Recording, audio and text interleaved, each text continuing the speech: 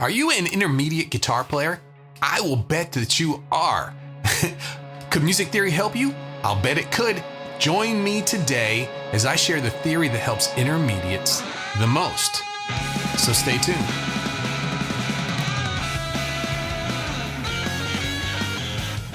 Hello and welcome, friends, to this episode of the Play Guitar Podcast. I'm Lee, and this is the podcast that's determined to make you a better guitar player. No matter if you're just starting out or you've been playing for years, this is the show that will help you become the guitar player that you always wanted to be. And if you are new here, make sure that you subscribe to the podcast and check out the description for all of the links from the show. Determined. I'm definitely determined to make you a better guitar player. It looks good on me. If I've got all these people listening to the Play Guitar Podcast and they're all out there kicking butt on the guitar, hey, pretty good stuff, right? So yes, I am determined to make you a better guitar player, have been since 2018, and I am very excited to be with you today. What's up? Reminder, this is a place to feel good about yourself. You can feel empowered that you can get better, and it's a place that makes you think about what you are actually doing and whether it's working for you or not. So let's think about that. I'm here with you today to help intermediate players, and we're going to see the forest through the trees when it comes to music theory. Intermediates, that to me, this is my own opinion. Everybody has their own idea of what a beginner is, what an advanced and intermediate. They have their own ideas of those things. But to me, beginner is very small and advanced is very small, and intermediate is huge. We can all, even advanced players, you could say, well, I'm an intermediate at something. What all those things that you can't do if you're learning, you're an intermediate guitar player. To me, it's really big. So I think that this is going to be the biggest of the music theory series that we've been doing, and just explaining what music theory you might want to take a look at. As an intermediate guitar player, you've seen a lot. You've had some breakthroughs. You've learned a lot, but there could be, big gaps in your playing. You remember that, right? Your playing may not be as refined as you'd like it to be. You can hear well enough that there's sounds in music that you just can't create, but you haven't experienced the freedom of playing guitar that you always thought would come a lot sooner than now. There's still a lot of effort and energy when you play. You have to really think hard. You're worn out if you have to play in front of people. It wears you down. Chances are you know a little bit about music theory, but you're not sure how it relates to what you're doing. But when you see others who are farther along than you play, you can hear it. You can hear the structure to their music. There must be something to it, something to music theory that you just can't, or you just haven't been able to learn at this point. Well, here's what I found. I found that music theory is way too complicated to take on all at once, but it's way too valuable to ignore. So what do we do? How do we take advantage of all that it has to offer without the negative side effects? It needs to be learned over time and used in a way that's appropriate for the level that you are in right now. We get excited to learn, and we never do this. We just dive in, we learn and learn and learn until it's too late. And that's an all or nothing approach, and you need to ditch that. You don't need to be an expert to use it to your advantage. It would make things a lot easier if you knew where you were going.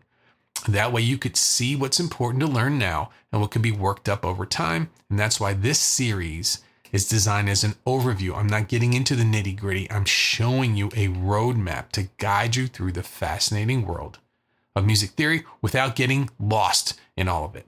I want you to feel confident during your journey with the guitar, and I want you to know that you have a solid understanding of music theory to back up your playing. Don't worry. This is an overview. It's an outline, but I'll be using this for things in the future to help players of all stages. So consider this a roadmap and ask yourself, what would I, theory-wise, include for someone who fits one of these categories? We're going to explore each stage step by step. We've been doing it, and we're going to show you the process to become a well-rounded guitar player. Okay, so let's get ready to go here. Intermediate guitar players. You got a lot on your plate. You got a lot to sort out. This is the biggest point where people fall apart, right? They realize, oh my gosh, I had no idea there would be so much that I needed to do with this. This is slowing your progress. And when your progress slows, you have a hard time staying positive. It becomes a challenge just to want to pick up the guitar. They look nice. They look good on the wall. They look good on the stand right there. But you know, when you pick it up, there's some things that are going to be difficult to do. The effort to learn more complicated things starts to be overwhelming. Your technique may have stalled. You're maybe not being able to play any faster or any cleaner, and you would love to move up to the next level. You've put rhythm on the back burner a long time ago. You're not thinking about rhythm at all. You learned enough to get by, and now you need it, and it's starting to bite you on the butt. You can go through the motions of soloing, but you don't have the confidence. You don't have the expression of other players, and it's nowhere to be found in your playing. You feel like you're not good enough to go it out on your own, but you're realizing that process there, trying to do it all yourself, has slowed things down for you. In fact, may have slowed it down to a halt. Your musical ear, you hear people talk about that all the time. Your musical ear, it hasn't developed the way you would have thought it should at this point. You're starting to get ready to play out. Maybe you may already be playing out, but there are a whole host of anxieties that might be weighing you down, keeping you from either doing it at all or having an enjoyable time when you do it.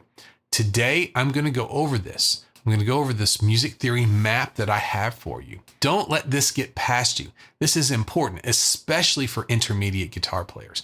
Hold this up like a ruler to your own playing so you can see what you need to work on and where you need to aim the focus of your journey with the guitar. Okay, so let's talk about this. Advanced scales and modes. It's going to be a big part of your intermediate journey, especially if you want to be a lead guitar player. If you're not, if you're just a rhythm guitar player, but you're an intermediate, I still recommend this because your chords that you love to play so much, they come from scales. The more you know about scales, the more you're going to know about your chords. What you should be doing right now, hopefully at this point, you have the big four scales. You have major, minor, major pentatonic, and minor pentatonic. These are 95% of what you're going to be playing on the guitar. If you know those four, if you are fluent in that, if you can speak that language of the big four all over the neck of the guitar, you're in a good place. Chances are, though, for most intermediate players, it's like Swiss cheese. I just thought of that up right now, but it's like Swiss cheese. You're pretty good in one place, terrible in other places. You're avoiding different places of the guitar. You're staying in one place. If you find yourself in one of these scale patterns that you're not comfortable with, it's all you can do to slide out of it. But once you have those, I'm going to assume that you at least have a little bit of a knowledge of the big four scales. You need to start thinking about modes of the major scale, understanding how they work. Chances are that you've played over a few dominant seventh chords, and you probably played minor pentatonic, and that works. That it's an outside sound over a dominant seventh chord, but it's a sound that we're familiar with though. But you haven't taken control of it yet. There's something called the Mixolydian mode. That's the mode that starts on the fifth degree of the scale. That matches a dominant scale perfectly. That's your most inside sound. How can you really take control of playing over a certain style of chords if you don't know what the most inside sound is and what the most outside sound? You don't know how to work your way through. There's modes of the major scale. Dorian is one you hear all the time. It's in a lot of classic rock, a lot of jam band stuff, a lot of jazz stuff. Dorian is very similar to the minor scale. with one note difference, but that one note makes it have a whole different sound to it. All of these modes are from scales that you can already play. And so really spending some time to learn them is going to expand what you can do with the guitar, and you can make better choices when you're making a solo or a lick or all of those things. The next part of music theory an intermediate guitar player might want to take is taking a look at harmonic minor and melodic minor. We do natural minor. That's the one that comes from the C major scale. But harmonic minor, this is something that has a raised seventh in it. And melodic minor has a raised sixth and a raised seventh in it. And understanding how to play these scales. For me, there's two reasons I use them. I use them all the time. Harmonic and melodic minor get me through some sticky situations with chords that don't quite fit diatonically when you're just trying to play, say you're in E and you play an E major scale over something, or an E minor scale over top of everything. All of a sudden, one of the chords might not work. You might be getting some sour sounds. Well, harmonic minor most likely might be a tool that you might need to get you through that. It's just adjusting, one, with melodic minor, two, notes to a scale that you already use to get you some really, really nice stuff. But also, they have modes as well. Then you get some really, really exotic sounding groups of notes using the modes of harmonic minor, the modes of melodic minor. And if you're really interested in those kind of exotic sounds, this is something that can really push you forward, add color to your playing. Let's talk about chord progressions for intermediate players. Diatonic chords. If you're starting to write songs, or at least you're playing over songs, understanding how that works is key to making something that sounds professional. Then you can start getting into, well, let's see here. What's this weird chord that I have here? Why is there a dominant chord on my second degree of the scale? Understanding modulation, going through one key to the next. In popular music, generally we stay in one key. It's very few and far between when you have to move to a new key in the middle of a song. But if jazz songs, classical music, all of these tunes, they use different keys as a tool inside the song structure. Understanding how to move from one key to the next. One's going to explain some of the songs that you're trying to learn that you didn't understand. And two, if you have that tool, it can make your own compositions really, really, really exciting. The next thing you should be looking at is chord extensions and chord alterations. At this point, as an intermediate guitar player, your ear should be developing. You should start to be hearing things now that you didn't hear as a beginner. And one of those things, usually the first thing that people hear is, hey, those chords over there don't sound like my meat and potatoes chords that I'm playing here. They don't sound like my bar chords, and they don't sound like my open position chords. What is that? Understanding chord extensions and alterations. The first chords that an intermediate guitar player comes across that have a little bit something different than their basic major and minor chords is usually suspended chords. And then like ninth chords, add 9 chords, those kind of things. There's a whole host of alterations that you can do to your triads and also your seventh chords that can change the way your chords sound and change the way that all of your music sounds. And you can use them if you want to or not. You can decide whether it's appropriate to use something that has an extension or an alteration or not. And understanding that you have a triad, root, third, fifth. You have a seventh chord, root, third, fifth, seventh. And after that, anything that you start to add on to it, those are color notes. They are decoration. And understanding how to decorate your chords is a very pro thing. And it's something that an intermediate guitar player should start playing with. Start with the ninth. Start to add the ninth to your chords. If you're playing a major chord, find out what the ninth is. It's the same as the second, right? And add it to your chord. That would be a major chord, add 9. Try it on your seventh chords. Add a ninth to your seventh chords. That would be some sort of a ninth chord at that point. That's how they would say it. Here's an add 9, right? And here's a ninth chord. Those are both A. That's a dominant 7th chord, 9, A9, and then A add 9. All I did is I took this A note that was a double anyway, I got 2 of those A notes, and I raised it 2 frets. Listen to that.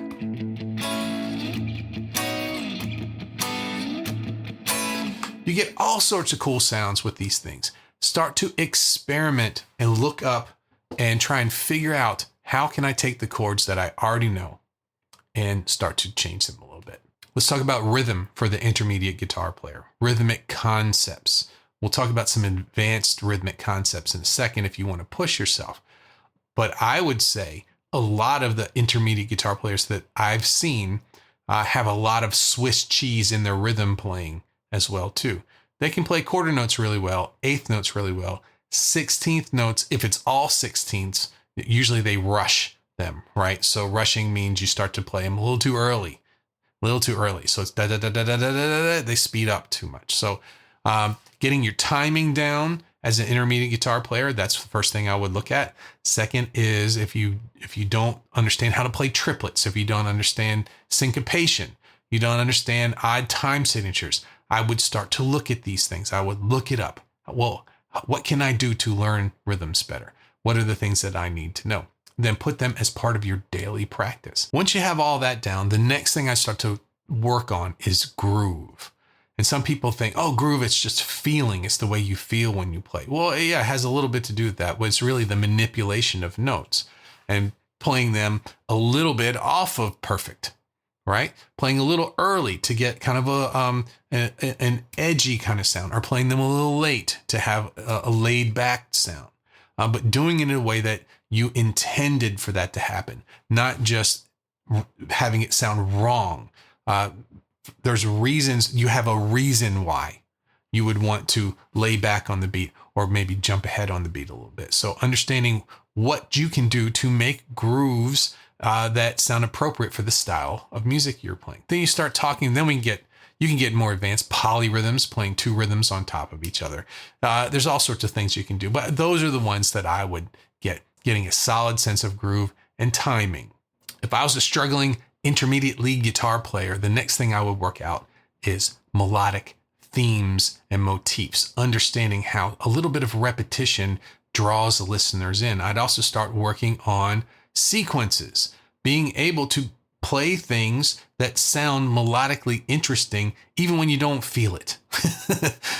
Being able to draw on some tools that you can create interesting solos every single time instead of accidentally happening. And finally, as an intermediate guitar player, if you're not writing music right now, I would strongly suggest you start trying to do that and using some music theory to push your composition and your arrangements forward.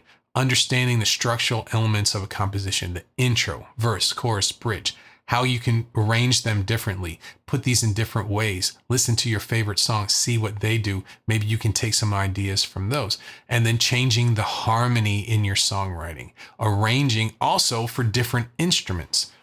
Everything that we've done up to this point, beginner through even advanced intermediate, is always been, am I going to learn this guitar? How am I going to get these sounds out of this thing? At this point, you need to start kind of like, let's peek around. Let's look around. Let's pop our head out of the guitar, let's pop our head out of the guitar sound hole and look around a little bit and say, hey, there's a keyboard player over there. Hey, there's somebody playing saxophone. There's a drummer over there. How can we arrange things and communicate to those instruments as well? And using music theory would be a big part of that. There we go. This was a fun one. This one is really important. Intermediates struggle a lot, and this is, I love it. I just love helping people get through these parts. So if you need personal one-on-one guitar coaching, there is a limited time for applications. I am still taking applications, filling spots, but at some point I'm going to be moving to something a little bit different. I won't get rid of them. Whoever I have in at that time, they're going to be my students. But at some point, there's only so many that I can take, and then I'm going to move on to a different system. So if you're interested in one-on-one lessons with me, go on over to playguitaracademy.com/play-guitar-coaching. The link is in the description, and there's just a quick little assessment. There's a couple questions I asked you, and then you can ask me anything that you want there, and then we can schedule time to get together, and I will be happy to figure out what's going on with your playing and help you move forward again. And I'm going to call it. That's a wrap. Thanks for joining me today for the Play Guitar Podcast. Make sure to hit the button below to subscribe to the show. And if you have benefited from this podcast, it would be great if you left a review. And I get to see who you are. It's the best way to make sure we get this very valuable content to more players around the world. And if more help, structure, and results in your playing sound good to you, become a member. We've got all sorts of fun stuff. We've got the roadmap. We've got the private podcast. We have some new things coming that I'm going to be telling you about maybe in a month or two, right? So head on over there, become a member, and it'll be fun to see you. And thanks again. I will see you on the next episode.